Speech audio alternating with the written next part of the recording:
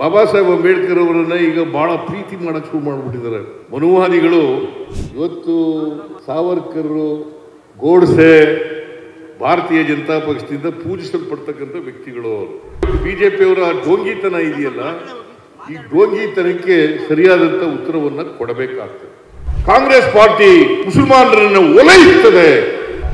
ಒಳ್ಳೆ ವಿದ್ಯೆ ಸಿಗ್ಬೇಕಲ್ಲ, ಬರೀ ಶ್ರೀಮಂತರ ಮಕ್ಕಳು ಮಾತ್ರ ಡಾಕ್ಟರ್ಗಳಾದ್ರೆ ಸಾಕ ಅಲ್ಲ, ಮೇಲ್ಜಾತಿಯವ್ರ ಮಕ್ಕಳು ಮಾತ್ರ ಆದ್ರೆ ಸಾಕ, ಇಂಜಿನಿಯರ್ಗಳಾದ್ರೆ ಸಾಕ, ಬಡವರ ಮಕ್ಕಳು ಕೂಡ, ದಲಿತರ ಮಕ್ಕಳು ಕೂಡ, ಸಮಾಜದಲ್ಲಿರ್ತಕ್ಕಂಥ ಅಸ್ಪೃಶ್ಯರ ಮಕ್ಕಳು ಕೂಡ ಡಾಕ್ಟರ್ಗಳಾಗಬೇಕು, ಇಂಜಿನಿಯರ್ಗಳಾಗಬೇಕು, ವಿಜ್ಞಾನಿಗಳಾಗಬೇಕು. ಅವರಾದಾಗ ಮಾತ್ರ ಸಾಧ್ಯ ಆಗ್ತದೆ. ಅಪ್ಪಾಕದ ಆಲ್ಮರದಲ್ಲಿ ನೇತಕ ಇದೆ ಅಂತಕ್ಕಂಥದ್ದು ಮನುವಾದ.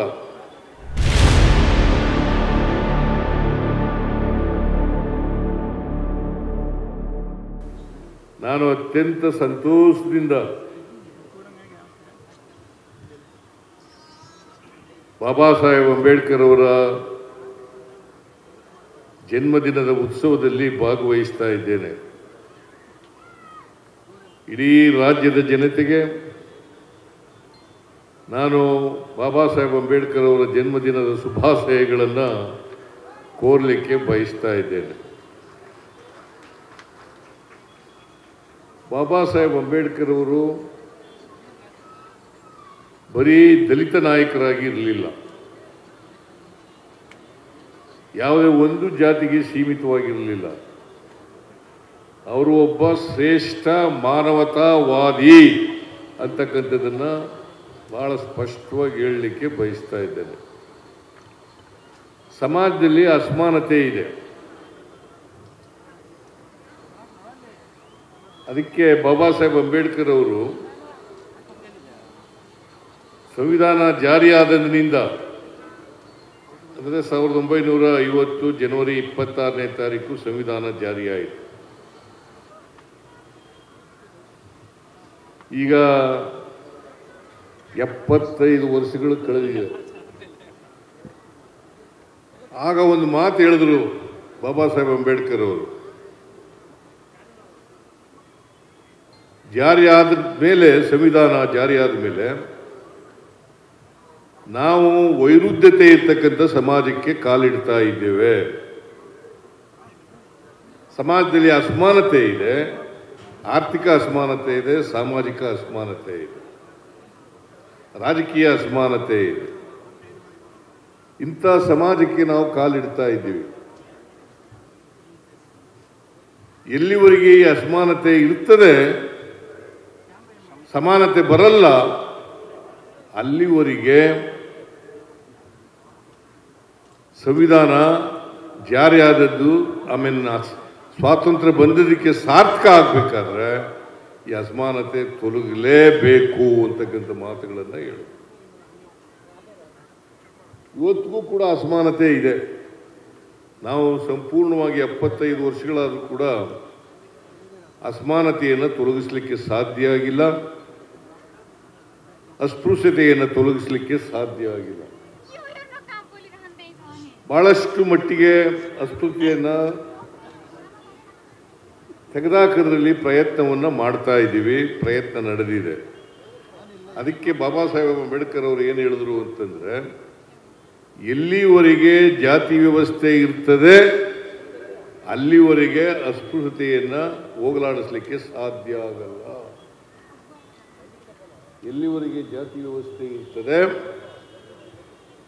ಅಲ್ಲಿವರೆಗೆ ಸಮಾನತೆಯನ್ನು ಕೂಡ ತರಲಿಕ್ಕಾಗಲ್ಲ, ಮತ್ತು ಅಸ್ಪೃಶ್ಯತೆಯನ್ನು ಕೂಡ ತೊಡೆದಾಕಲಿಕ್ಕೆ ಸಾಧ್ಯ ಆಗಲ್ಲ ಅಂತಕ್ಕಂಥ ಸ್ಪಷ್ಟ ಅರಿವಿತ್ತು. ಯಾಕಂತಂದರೆ ಬಾಬಾ ಸಾಹೇಬ್ ಅಂಬೇಡ್ಕರ್ ಅವರಿಗೆ ದೂರದೃಷ್ಟಿ ಇತ್ತು. ಅವತ್ತೇ ಹೇಳಿದರು, ಸಂವಿಧಾನ ರಚನೆಯಾದ ಮೇಲೆ 1949 ನವೆಂಬರ್ 25ನೇ ತಾರೀಕು ಕೊನೆ ಭಾಷಣ ಮಾಡ್ತಾರೆ. ಸಂವಿಧಾನ ರಚನಾ ಸಭೆಯಲ್ಲಿ ಒಂದು ಕೊನೆ ಭಾಷಣ. ಆ ಭಾಷಣ ಒಂದು ಐತಿಹಾಸಿಕವಾದಂಥ ಭಾಷಣ. ಅಲ್ಲೇ ಈ ಮಾತನ್ನ ಹೇಳಿದ್ದು, ನಾವು ವೈರುಧ್ಯತೆ ಇರ್ತಕ್ಕಂಥ ಸಮಾಜಕ್ಕೆ ಕಾಲಿಡ್ತಾ ಇದ್ದೀವಿ ಅಂತ ಮಾತುಗಳನ್ನು ಹೇಳಿದ್ದು ಅವತ್ತೇ ಹೇಳಿದ್ದು. ನಾವು ಇನ್ನೂ ಅಸಮಾನತೆ ಇರ್ತಕ್ಕಂಥ ಸಮಾಜದಲ್ಲಿ ಇದ್ದೇವೆ, ವೈರುಧ್ಯತೆ ಇರ್ತಕ್ಕಂಥ ಸಮಾಜದಲ್ಲಿ ಇದ್ದೇವೆ. ನಮ್ಮೆಲ್ಲರ ಜವಾಬ್ದಾರಿ ಏನಪ್ಪ ಅಂತಂದ್ರೆ, ನಾವೆಲ್ಲ ಶಿಕ್ಷಣ ಪಡ್ಕೊಂಡಿರ್ತಕ್ಕಂಥವ್ರು. ಬಾಬಾ ಸಾಹೇಬ್ ಅಂಬೇಡ್ಕರ್ ಅವರು ಇಲ್ಲದೆ ಹೋಗಿದ್ರೆ ಎಲ್ಲರಿಗೂ ಶಿಕ್ಷಣ ಸಿಗ್ತಕ್ಕಂಥ ವ್ಯವಸ್ಥೆ ಬರ್ತಿರಲಿಲ್ಲ. ಇವತ್ತು ನಾವೆಲ್ಲರಿಗೂ ಕೂಡ ಸಮಾನ ಅವಕಾಶಗಳು ಸಿಕ್ಕಿದ್ರೆ ಅದಕ್ಕೆ ಬಾಬಾ ಸಾಹೇಬ್ ಅಂಬೇಡ್ಕರ್ ಅವರು ಕಾರಣ ಅಂತಕ್ಕಂಥ ಮಾತುಗಳನ್ನು ಹೇಳಲಿಕ್ಕೆ ಬಯಸ್ತಾ ಇದ್ದಾರೆ. ನಮ್ಮೆಲ್ಲರಿಗೂ ಶಿಕ್ಷಣ ಸಿಕ್ಕಿದ್ರೆ, ರಾಜಕೀಯದಲ್ಲಿ ಅವಕಾಶಗಳು ಸಿಕ್ಕಿದ್ರೆ, ನಾವು ಸಮಾಜದಲ್ಲಿ ಮಾತನಾಡ್ತಕ್ಕಂಥ ಶಕ್ತಿ ಬಂದಿದ್ರೆ ಇದಕ್ಕೆ ಬಾಬಾ ಸಾಹೇಬ್ ಅಂಬೇಡ್ಕರ್ ಅವರು ಕಾರಣ. ಬಾಬಾ ಸಾಹೇಬ್ ಅಂಬೇಡ್ಕರ್ ಅವರನ್ನ ಈಗ ಬಹಳ ಪ್ರೀತಿ ಮಾಡಕ್ಕೆ ಶುರು ಮಾಡಿಬಿಟ್ಟಿದ್ದಾರೆ. ಮನುವಾದಿಗಳು ಇದ್ದಕ್ಕಿದ್ದಲೇ ಇವರನ್ನ, ಗಾಂಧೀಜಿಯವರನ್ನ, ಬಾಬಾ ಸಾಹೇಬ್ ಅಂಬೇಡ್ಕರ್ ಅವರನ್ನ ಪ್ರೀತಿ ಮಾಡಕ್ಕೆ ಶುರು ಮಾಡಿಬಿಟ್ಟಿದ್ದಾರೆ. ನೀವೆಲ್ಲ ಜ್ಞಾಪಕ ಇರಬೇಕು, ಸಂವಿಧಾನ 1950 ಜನವರಿ 26ನೇ ತಾರೀಕು ಜಾರಿ ಆಯಿತು. 30ನೇ ತಾರೀಕಿಗೆ ಆರ್ಗನೈಸರ್ ಪೇಪರ್ನಲ್ಲಿ ಸಾವರ್ಕರ್ ಹಿಂದೂ ಮಹಾಸಭಾದ ಅಧ್ಯಕ್ಷ ಏನ್ ಬರೆದರು ಅಂತಕ್ಕಂಥದ್ದನ್ನ ಜ್ಞಾಪಕ ಇದೆಯಾ ನಿಮಗೆ? ಸಾವರ್ಕರ್ ಓದ್ಕೋಬೇಕಮ್ಮ ಮಲ್ಲಾಜಮ್ಮ.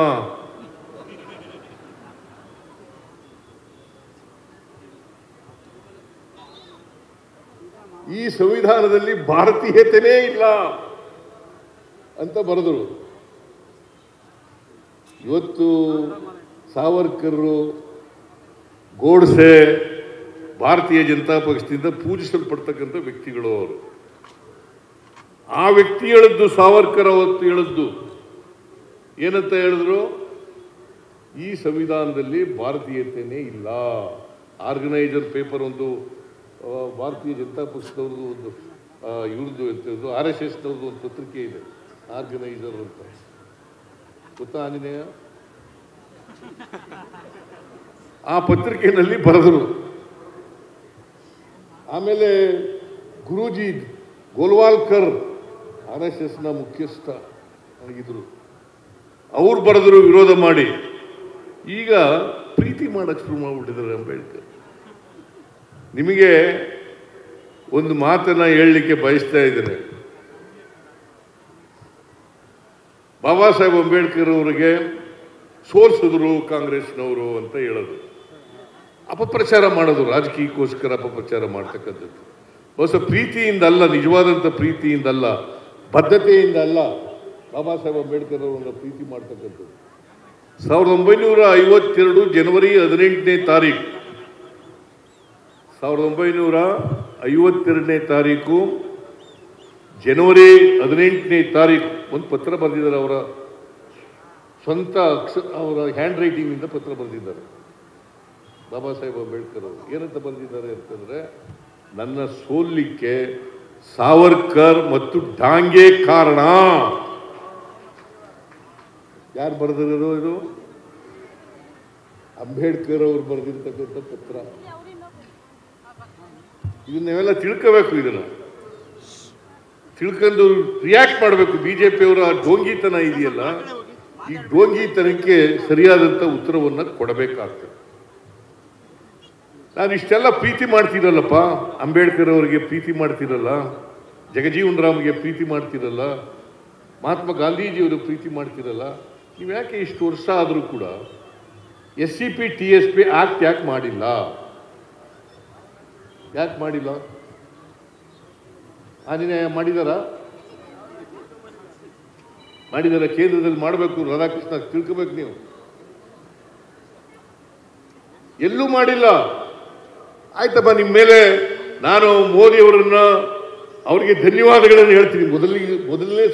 ಮೊದಲನೇವನಾಗಿದ್ದಿ ಧನ್ಯವಾದ ಹೇಳ್ತೀನಿ. ಮಾಡಪ್ಪ. ಇಡೀ ದೇಶದಲ್ಲಿ ಪರಿಶಿಷ್ಟ ಜಾತಿ ಪರಿಶಿಷ್ಟ ವರ್ಗದವರಿಗೆ SCP TSP ಕಾನೂನನ್ನು ಮಾಡಲಿ.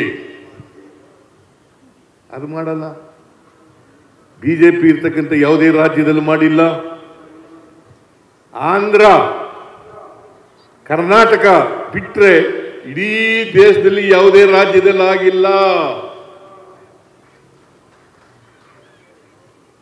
ಕರ್ನಾಟಕ ಆಂಧ್ರ ಬಿಟ್ಟರೆ ಇಡೀ ದೇಶದಲ್ಲಿ ಆಗಿಲ್ಲ. ಆಮೇಲೆ ಕಾಂಗ್ರೆಸ್ ಸರ್ಕಾರ SCP TSP ಹಣನ ಬೇರೆ ಬಾಬುಗಳಿಗೆ ಖರ್ಚು ಮಾಡ್ಕೊಂಡ್ಬಿಡ್ತಾರೆ. ನಿಮಗೆ ನಾಚಿಕೆ ಆಗಲ್ವೇನ್ರಿ ಬಿಜೆಪಿ ಅವರಿಗೆ? 8,300 ಕೋಟಿ ರೂಪಾಯಿಗಳನ್ನು ಬೇರೆ ಬಾಬುಗಳಿಗೆ ಖರ್ಚು ಮಾಡಿದವರು ಭಾರತೀಯ ಜನತಾ ಪಕ್ಷದ ಸರ್ಕಾರ ಇದ್ದಾಗ ಮಿಸ್ಟರ್ ಯಡಿಯೂರಪ್ಪ, ಮಿಸ್ಟರ್ ಬಸವರಾಜ ಬೊಮ್ಮಾಯಿ 8,300 ಕೋಟಿ ರೂಪಾಯಿಗಳನ್ನು ಖರ್ಚು ಮಾಡಿದ್ರಿ. ನಾಚಿಕೆ ಆಗಲ್ಲ ನಿಮಗೆ? ನಮ್ಮ ಮೇಲೆ ಆರೋಪ ಮಾಡಲಿಕ್ಕೆ? ಕರ್ನಾಟಕದಲ್ಲಿ ಮೊದಲನೇ ಬಾರಿಗೆ SCP TSP ಕಾಯ್ದೆಯನ್ನ ಮಾಡದಂತವರು ಕಾಂಗ್ರೆಸ್ನವರು. ಇದೇ ಸಿದ್ದರಾಮಯ್ಯ ಮುಖ್ಯಮಂತ್ರಿ ಆಗಿರುವಾಗ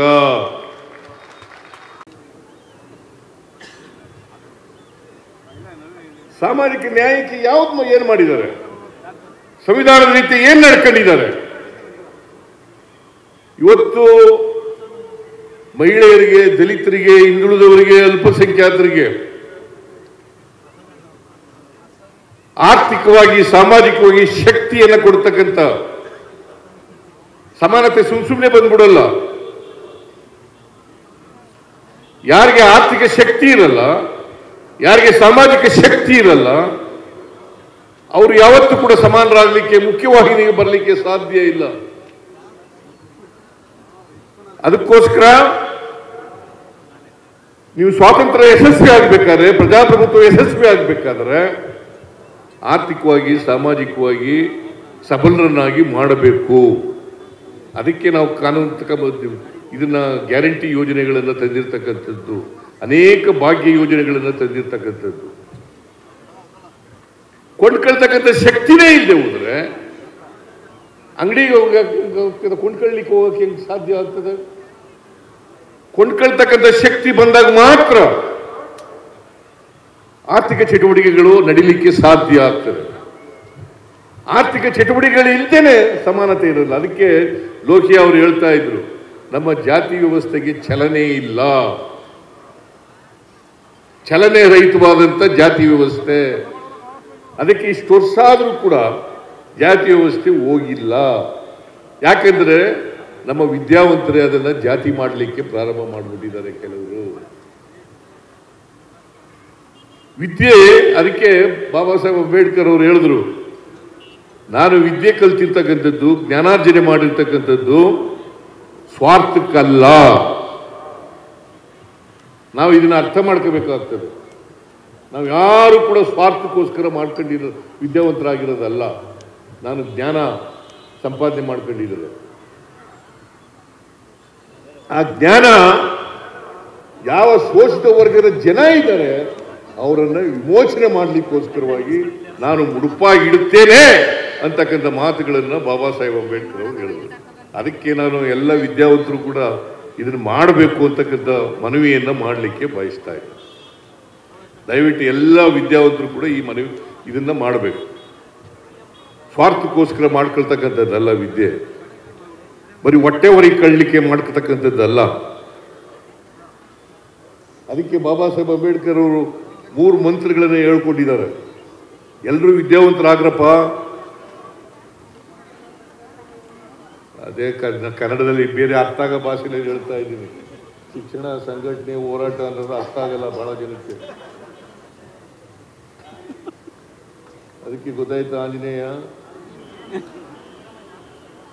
ಎಲ್ರಿಗೂ ವಿದ್ಯಾವಂತರಾಗಬೇಕು. ಆಮೇಲೆ ಎಲ್ಲ ಸಂಘಟನೆ ಮಾಡಬೇಕು, ಸಂಘಟನೆ ಆಗಬೇಕು. ಆಮೇಲೆ ಹೋರಾಟ ಮಾಡಬೇಕು. ಯಾರು ಹೋರಾಟ ಇದ್ದೇನೆ, ನಿಮಗೆ ನಿಮ್ಮ ಬಾಬಾ ಸಾಹೇಬ್ ಅಂಬೇಡ್ಕರ್ ಅವರು ಹೋರಾಟ ಮಾಡದೆ ಹೋಗಿದ್ರೆ, ಸಂವಿಧಾನ ರಚನಾ ಸಮಿತಿಯ ಅಧ್ಯಕ್ಷನಾಗಿಲ್ಲದೆ ಹೋಗಿದ್ರೆ, ಇವೆಲ್ಲ ಸಿಕ್ಲಿಕ್ಕೆ ಸಾಧ್ಯ ಆಯ್ತಿತ್ತು ನಮಗೆ? ಬಾಬಾ ಸಾಹೇಬ್ ಒಬ್ಬ ವ್ಯಕ್ತಿ ಇಡೀ ದೇಶದಲ್ಲಿ ತಲ್ಲಣವನ್ನು ಉಂಟು ಮಾಡ್ತಾರೆ. ಎಲ್ಲ ಶೋಷಿತ ವರ್ಗದ ಜನರಿಗೆ ನ್ಯಾಯ ಕೊಡಲಿಕ್ಕೆ ಪ್ರಯತ್ನವನ್ನು ಮಾಡುತ್ತಾರೆ. ಈಗ ಎಷ್ಟು ಜನ ವಿದ್ಯಾವಂತರಾಗಿದ್ದೀವಿ ನಾವು? ಬಾಬಾ ಸಾಹೇಬ್ ಅಂಬೇಡ್ಕರ್ ಸಂವಿಧಾನದಿಂದ ಎಷ್ಟು ಜನ ವಿದ್ಯಾವಂತರಾಗಿದ್ದೀವಿ? ನಾವೆಲ್ಲರೂ ಕೂಡ ಯಾರಿಗೆ ಇನ್ನೂ ಅವಕಾಶ ಸಿಕ್ಕಿಲ್ಲ, ಯಾರಿಗೆ ನ್ಯಾಯ ಸಿಕ್ಕಿಲ್ಲ, ಆ ಜನರ ಪರವಾಗಿ ಹೋರಾಟ ಮಾಡ್ತಕ್ಕಂಥ ಕೆಲಸವನ್ನು ನಾವು ಮಾಡಬೇಕು. ಆ ಜನರಿಗೋಸ್ಕರ ನಮ್ಮ ಜೀವನವನ್ನು ಮುಡುಪಾಗಿಡ್ತಕ್ಕಂಥ ಕೆಲಸವನ್ನು ಮಾಡಬೇಕು. ಅದು ಮಾಡಿದಾಗ ಮಾತ್ರ ಬಾಬಾ ಸಾಹೇಬ್ ಅಂಬೇಡ್ಕರ್ ಅವರಿಗೆ ಗೌರವವನ್ನು ಸಲ್ಲಿಸಿದಾಗ ಆಗ್ತದೆ ಅಂತಕ್ಕಂಥ ಮಾತುಗಳನ್ನು ಹೇಳಲಿಕ್ಕೆ ಬಯಸ್ತಾ ಇದ್ದೀವಿ. ನಾವು ಅದಕ್ಕೋಸ್ಕರನೇ ಆರ್ಥಿಕವಾಗಿ ಸಾಮಾಜಿಕವಾಗಿ ಶಕ್ತಿ ಬರಬೇಕು ಅಂತೇಳಿ ದಲಿತರಿಗೆ, ಹಿಂದುಳಿದವರಿಗೆ, ಅಲ್ಪಸಂಖ್ಯಾತರಿಗೆ ಅವರೆಲ್ಲರಿಗೂ ಕೂಡ ಕಾಂಟ್ರಾಕ್ಟ್ನಲ್ಲಿ ಮೀಸಲಾತಿಯನ್ನು ಕೊಡ್ತಕ್ಕಂಥ ಕೆಲಸವನ್ನು ಮಾಡಬೇಕು. ಮೊದಲು 50 ಲಕ್ಷಕ್ಕೆ ಮಾಡಿದೆ, ಆಮೇಲೆ 1 ಕೋಟಿಗೆ ಮಾಡಿದೆ, ಈಗ 2 ಕೋಟಿ ರೂಪಾಯಿಗೆ ಮಾಡಿದ್ದೀವಿ. ಪ್ರವರ್ಗ 1, ಪ್ರವರ್ಗ 2A, ಪ್ರವರ್ಗ 2B ಮತ್ತು ಮುಸಲ್ಮಾನರು ಅದು ಒಂದು ದೊಡ್ಡ ಪ್ರಚಾರ ಮಾಡಿಬಿಟ್ರು. ಏನು ಅಪೀಸ್ಮೆಂಟ್ ಮಾಡ್ತಾರೆ.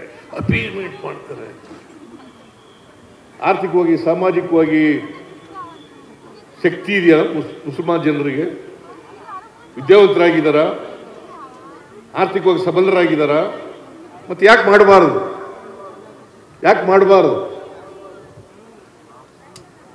ಕಾಂಗ್ರೆಸ್ ಪಾರ್ಟಿ ಮುಸಲ್ಮಾನರನ್ನು ಓಲೈಸುತ್ತದೆ. ಈ ಸಮಾಜದಲ್ಲಿ ಯಾರೇ ಇರಲು ಕೂಡ, ಯಾರೇ ಆರ್ಥಿಕವಾಗಿ ಸಾಮಾಜಿಕವಾಗಿ ಶಕ್ತಿ ಇಲ್ಲ, ಅವ್ರೆಲ್ರಿಗೂ ಶಕ್ತಿ ತುಂಬತಕ್ಕಂಥದ್ದೇ ಕಾಂಗ್ರೆಸ್ ಪಕ್ಷದ ಧ್ಯೇಯ ಮತ್ತು ಬದ್ಧತೆ ಅಂತಕ್ಕಂಥ ಮಾತುಗಳನ್ನು ಹೇಳಲಿಕ್ಕೆ ಬಯಸ್ತಾ ಇದ್ದೇನೆ. ಸಿದ್ದರಾಮಯ್ಯ ಮೇಲ್ಜಾತಿಯವರ ವಿರೋಧಿ ಅಂತ ಅಪಪ್ರಚಾರ ಮಾಡೋದು. ನಾವು ಯಾರ ವಿರೋಧಿನೂ ಅಲ್ಲ, ಯಾವ ಜಾತಿ ವಿರೋಧಿನೂ ಅಲ್ಲ.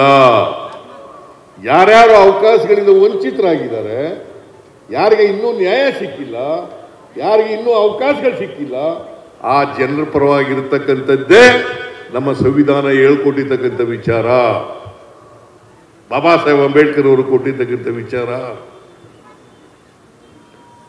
ದಕ್ಷಿಣ ಆಫ್ರಿಕಾದಲ್ಲಿ ಮಂಡೇಲಾ ಏನಂತ ಹೇಳಿದ್ದಾರೆ ಗೊತ್ತಾ ಬಾಬಾ ಸಾಹೇಬ್ ಅಂಬೇಡ್ಕರ್ ಅವ್ರ ಬಗ್ಗೆ? ನನಗೆ ನಮ್ಮ ಸಂವಿಧಾನ ಬರೀಲಿಕ್ಕೆ ಇಂಡಿಯನ್ ಕಾನ್ಸ್ಟಿಟ್ಯೂಷನ್ ಸ್ಫೂರ್ತಿ. ಮಂಡೇಲಾ ಹೇಳಿರೋದು.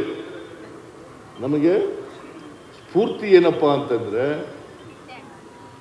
Indian constitution. ಯಾಕಂದ್ರೆ ಬಾಬಾ ಸಾಹೇಬ್ ಅಂಬೇಡ್ಕರ್ ಅವರು ಇಂಡಿಯನ್ ಕಾನ್ಸ್ಟಿಟ್ಯೂಷನ್ ಬರೆಯುವಾಗ ಇಡೀ ಜಗತ್ತಿನ ಕಾನ್ಸ್ಟಿಟ್ಯೂಷನ್ಗಳನ್ನೆಲ್ಲ ಓದೋದು, ಅಲ್ಲಿರ್ತಕ್ಕಂಥ ವಿಚಾರಗಳನ್ನು ತಿಳ್ಕೊಂಡು ಯಾವ್ಯಾವ ಒಳ್ಳೆ ವಿಚಾರಗಳಿದ್ದಾವೆ, ನಮ್ಮ ದೇಶದಲ್ಲಿ ಬಹುತ್ವವನ್ನು ಕಾಪಾಡ್ಕೋಬೇಕಾದ್ರೆ, ಬಹುತ್ವದ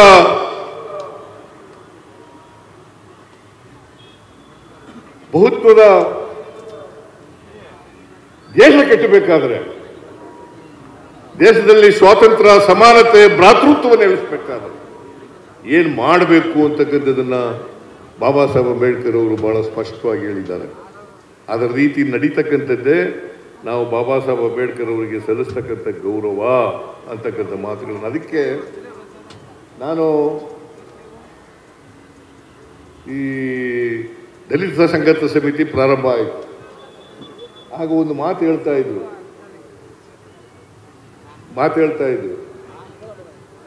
ಏನಪ್ಪ ಅಂತಂದ್ರೆ, ನಮಗೆ ಸಾರಾಯಿ ಬೇಡ, ಪ್ರತಿ ಹೋಬಳಿಗೊಂದು ರೆಸಿಡೆನ್ಷಿಯಲ್ ಶಾಲೆ ಬೇಕು ಅಂತ ಹೇಳ್ತಾ ಇದ್ರು. ಎಂಡ ಬೇಡ, ಅದೇ ಸಾರಾಯಿ ಅಂತಂದ್ರೆ ಎಂಡನೇ ಕಣೆಯ.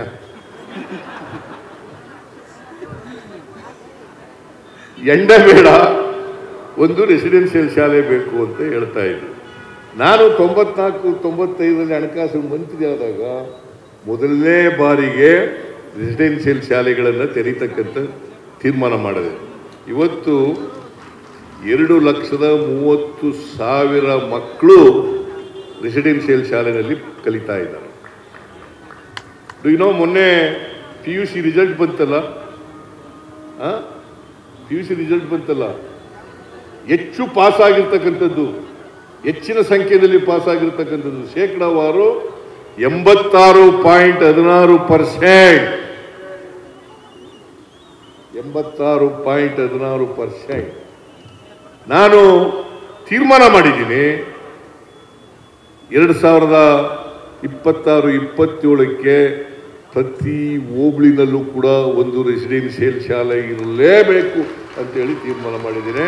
ಈ ವರ್ಷ 26 ರೆಸಿಡೆನ್ಷಿಯಲ್ ಶಾಲೆಗಳನ್ನು ಕೊಟ್ಟಿದ್ದೇನೆ. 26 ಅಲ್ವೇನಪ್ಪ?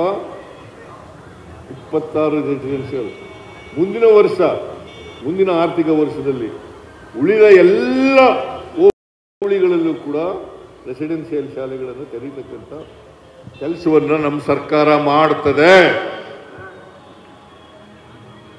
ಮತ್ತೆ ಶಕ್ತಿಯಿಂದ ಇರತಕ್ಕಂಥವ್ರು ಒಳ್ಳೆ ವಿದ್ಯೆ ಸಿಗ್ಬೇಕಲ್ಲ, ಒಳ್ಳೆ ವಿದ್ಯೆ ಸಿಗ್ಬೇಕಲ್ಲ. ಬರೀ ಶ್ರೀಮಂತರ ಮಕ್ಕಳು ಮಾತ್ರ ಡಾಕ್ಟರ್ಗಳಾದ್ರೆ ಸಾಕ? ಅಲ್ಲ, ಮೇಲ್ಜಾತಿಯವ್ರ ಮಕ್ಕಳು ಮಾತ್ರ ಆದ್ರೆ ಸಾಕ? ಇಂಜಿನಿಯರ್ಗಳಾದ್ರೆ ಸಾಕ? ಬಡವರ ಮಕ್ಕಳು ಕೂಡ, ದಲಿತರ ಮಕ್ಕಳು ಕೂಡ, ಸಮಾಜದಲ್ಲಿರ್ತಕ್ಕಂಥ ಅಸ್ಪೃಶ್ಯರ ಮಕ್ಕಳು ಕೂಡ ಡಾಕ್ಟರ್ಗಳಾಗಬೇಕು, ಇಂಜಿನಿಯರ್ಗಳಾಗಬೇಕು, ವಿಜ್ಞಾನಿಗಳಾಗಬೇಕು. ಅವರಾದಾಗ ಮಾತ್ರ ಸಾಧ್ಯ ಆಗ್ತದೆ. ಅಪ್ಪಾಕದ ಆಲ್ಮರದಲ್ಲಿ ನೇತಕ ಇದೆ ಅಂತಕ್ಕಂಥದ್ದು ಮನುವಾದ. ಬದಲಾವಣೆ ಮಾಡ್ತಕ್ಕಂಥದ್ದು ಬಾಬಾ ಸಾಹೇಬ್ ಅಂಬೇಡ್ಕರ್ ಅವರು. ಬದಲಾವಣೆ ಆಗಬೇಕು ಅಂತ ಹೇಳ್ತಕ್ಕಂಥದ್ದೇ ಬಾಬಾ ಸಾಹೇಬ್ ಅಂಬೇಡ್ಕರ್. ಯಾರ್ಯಾರು ಬದಲಾವಣೆ ಬಯಸ್ತೀರಿ ಅವರೆಲ್ಲರೂ ಕೂಡ ಬಾಬಾ ಸಾಹೇಬ್ ಅಂಬೇಡ್ಕರ್ ಅವರು ನಡೆದ ದಾರಿನಲ್ಲಿ ನಡೀತಕ್ಕಂಥ ಪ್ರಾಮಾಣಿಕ ಪ್ರಯತ್ನವನ್ನು ಮಾಡಿದ್ರು. ಅದು ಮಾಡಿದ್ರೇನೆ ನಾವು ಸಂವಿಧಾನದ ಧ್ಯೇಯೋದ್ದೇಶಗಳನ್ನು ಈಡೇರಿಸಲಿಕ್ಕೆ ಸಾಧ್ಯ. ನಾನು ಹೆಚ್ಚು ಮಾತನಾಡಲಿಕ್ಕೆ ಹೋಗಲ್ಲ. ನಿಮಗೆಲ್ಲ ಗೊತ್ತಿದೆ ಬಾಬಾ ಸಾಹೇಬ್ ಅಂಬೇಡ್ಕರ್ ಅವ್ರ ಬಗ್ಗೆ ಬಹಳ ಜನ ತಿಳ್ಕೊಂಡಿದ್ದೀರಿ ಇಲ್ಲಿ ಇದ್ದಿರ್ತಕ್ಕಂಥವ್ರು. ಆಮೇಲೆ ಇವತ್ತು ರಾತ್ರಿ 12 ಗಂಟೆಯಿಂದ 33 ಜಿಲ್ಲೆಗಳಲ್ಲಿ DCRE ಕೇಂದ್ರಗಳಲ್ಲಿ ಪೊಲೀಸ್ ಸ್ಟೇಷನ್ಗಳು ಪ್ರಾರಂಭ ಆಗಿದ್ದಾವೆ. ಏನಪ್ಪ ಚಕ್ರವರ್ತಿ? ಇವತ್ತೇ ಅಲ್ಲ, ಇವತ್ತೇ. ಯಾಕೆ ಮಾಡಿದೆ ಅಂತಂದ್ರೆ 33 ಪೊಲೀಸ್ ಸ್ಟೇಷನ್ಗಳು ಯಾಕೆ ಮಾಡಿದೆ ಅಂತಂದ್ರೆ, ನಾನು ಒಂದು ಸಾರಿ ರಿವ್ಯೂ ಮಾಡಿದೆ DCREನ. ಅಲ್ಲಿ ಶಿಕ್ಷೆಯ ಪ್ರಮಾಣ ಕಡಿಮೆ ಇತ್ತು.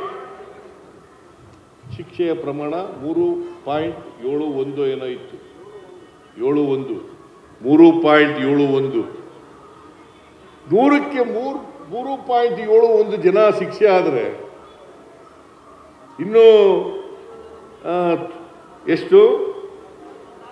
96.29 ಅಷ್ಟು ಜನ ಶಿಕ್ಷೆಯಿಂದ ಬಚಾವಾಗ್ತಾರೆ. ಅದಕ್ಕೋಸ್ಕರ ಒಂದು ವಿಶೇಷವಾದಂಥ ಪೊಲೀಸ್ ಸ್ಟೇಷನ್ ಇರಬೇಕು. ಈ DCRE ಕೇಸ್ಗಳನ್ನೇ ಫೈಲ್ ಮಾಡಬೇಕು ಅಂತೇಳಿ ಇದಕ್ಕೋಸ್ಕರ ಮಾಡಿರ್ತಕ್ಕಂಥ ಪೊಲೀಸ್ ಆಫೀಸರ್ ಎಲ್ಲ ಕೂತಿದ್ದಾರೆ ಅಲ್ವೇನ್ರಿ? ಕಡಿಮೆ ಅಲ್ವಾ? 3.71 ಅಂತಂದ್ರೆ ಕಡಿಮೆ ಅಲ್ವ ಶಿಕ್ಷೆ ಆಗಿರೋದು? ಮತ್ತು ಭಯ ಏನು ಬರ್ತದೆ? ಯಾರಿಗೆ ಭಯ ಬರ್ತದೆ? ದೌರ್ಜನ್ಯಗಳು ನಡೆಸ್ತಾ ಇರ್ತಾರೆ ದಲಿತರ ಮೇಲೆ. ಅದಕ್ಕೋಸ್ಕರ ಇದನ್ನ ಕಡಿಮೆ ಮಾಡಲಿಕ್ಕೋಸ್ಕರವಾಗಿ ಮಾಡಿರ್ತಕ್ಕಂಥದ್ದು.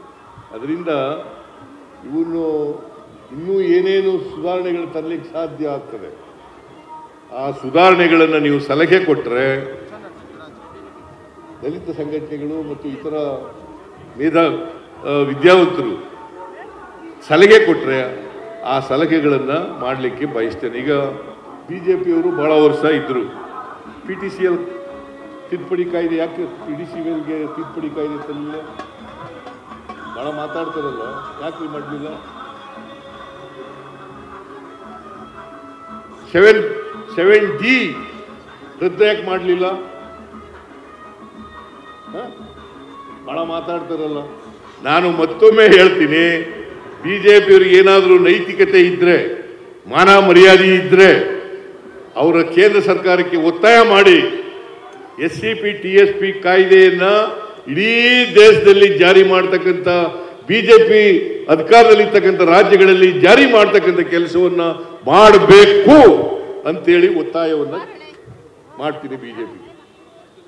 ಅವರು ಮಾಡಲಿಲ್ಲ ಅಂತಂದ್ರೆ ಅವರು ಡೋಂಗಿತನವನ್ನು ಪ್ರದರ್ಶನ ಮಾಡ್ತಾರೆ, ರಾಜಕೀಯಕ್ಕೋಸ್ಕರ ಮಾಡ್ತಾ ಇದ್ದಾರೆ ಅಂತೇಳಿ ಇಡೀ ರಾಜ್ಯದ ಜನ,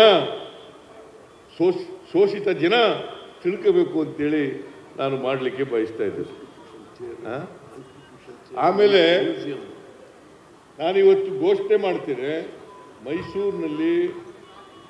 ಮೈಸೂರಿನ ವಿಶ್ವವಿದ್ಯಾಲಯದಲ್ಲಿ ಕಾನ್ಸ್ಟಿಟ್ಯೂಷನ್ ಚೇರನ್ನು ಸ್ಥಾಪನೆ ಮಾಡ್ತೀವಿ.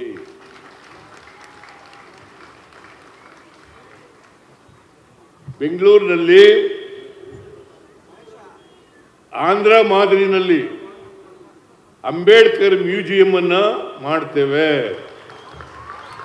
ಅಲ್ಲಿ ಒಂದು ದೊಡ್ಡ, ಇಡೀ ದೇಶದಲ್ಲೇ ಇದ್ದೇ ಇರ್ತಕ್ಕಂಥ ದೊಡ್ಡ ಪ್ರತಿಮೆಯನ್ನು ಕೂಡ ಅಂಬೇಡ್ಕರ್ ಅವರ ಪ್ರತಿಮೆಯನ್ನು ಮಾಡ್ತೀವಿ. ನಾವು ಎಷ್ಟು ಮಾಡಿದ್ರು ಕೂಡ ಅಂಬೇಡ್ಕರ್ಗೆ ಕಡಿಮೆನೆ, ಎಷ್ಟು ಮಾಡಿದ್ರು ಕೂಡ ಕಡಿಮೆನೆ. ಅವರಿಗೆ ಕೃತಜ್ಞತೆ ಸಲ್ಲಿಸಬೇಕಾಗಿರ್ತಕ್ಕಂಥದ್ದು ನಮ್ಮೆಲ್ಲರ ಕರ್ತವ್ಯ. ಆ ಕೃತಜ್ಞತೆಯನ್ನು, ಗೌರವವನ್ನು ಸಲ್ಲಿಸೋಣ ಅಂತಕ್ಕಂಥ ಮಾತುಗಳನ್ನು ಹೇಳಿ, ಇವತ್ತು ತಾನೇ ಸೌಧ, ಸ್ಫೂರ್ತಿ ಸೌಧ ಅಡಿಗಲ್ಲು ಹಾಕಿದ್ದೀವಿ. ಇವತ್ತು ನಾನು 18-19ನೇ ಬಜೆಟ್ ಆಯವ್ಯಯದಲ್ಲೇ ಘೋಷಣೆ ಮಾಡಿದ್ದೆ, ಆಗ್ಲೇ ಘೋಷಣೆ ಮಾಡಿದ್ದೆ, 18-19 ಘೋಷಣೆ ಮಾಡಿದ್ದೆ.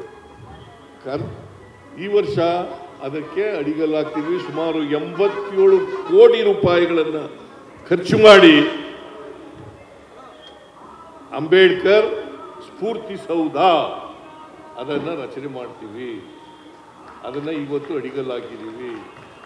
ಅದನ್ನು ಕೂಡ ಕಟ್ಟತಕ್ಕಂಥ ಕೆಲಸವನ್ನು ಮಾಡ್ತೇವೆ ಅಂತಕ್ಕಂಥ ಮಾತುಗಳನ್ನು ಹೇಳಿ ನಿಮ್ಮೆಲ್ಲರಿಗೂ ಶುಭ ಕೋರಿ, ಆಮೇಲೆ ಎಲ್ಲ ಅಂಬೇಡ್ಕರ್ ಪ್ರಶಸ್ತಿ ಪುರಸ್ಕೃತರಿಗೆ ಅಭಿನಂದನೆಗಳನ್ನು ಹೇಳಿ, ಅವ್ರಿಗೆಲ್ಲರೂ ಆಯಸ್ಸು ಆರೋಗ್ಯಗಳು ಇನ್ನಷ್ಟು ದೊರಕಲಿ ಅಂತೇಳಿ ಹೇಳ್ತಾ, ಅವರು ಇನ್ನಷ್ಟು ಅಂಬೇಡ್ಕರ್ ಅವರ ದಾರಿನಲ್ಲಿ ನಡೀತಕ್ಕಂಥ ಪ್ರಯತ್ನವನ್ನು ಮಾಡಲಿ ಅಂತೇಳಿ ಆಶಿಸಿ ನನ್ನ ಮಾತುಗಳನ್ನು ಮುಗಿಸ್ತೇನೆ.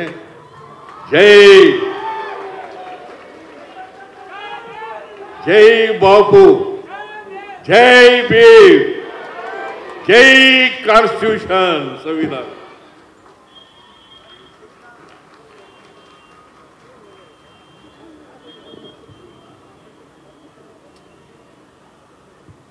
ಧನ್ಯವಾದಗಳು ಸನ್ಮಾನ್ಯ ಮುಖ್ಯಮಂತ್ರಿಗಳಿಗೆ. ಜನಪರ ಕಾರ್ಯಕ್ರಮಗಳ ಜನಪ್ರಿಯ ಮುಖ್ಯಮಂತ್ರಿ ಶ್ರೀಯುತ ಸಿದ್ದರಾಮಯ್ಯನವರಿಗೆ ಮತ್ತೊಮ್ಮೆ ನಿಮ್ಮ ಭೀಮ ಚಪ್ಪಾಳೆ ಬರಲಿ. ಡಾಕ್ಟರ್ BR ಅಂಬೇಡ್ಕರ್ ಪ್ರಶಸ್ತಿ ಪ್ರದಾನಕ್ಕೆ ಆಗಮಿಸಿರುವಂತಹ ಎಲ್ಲ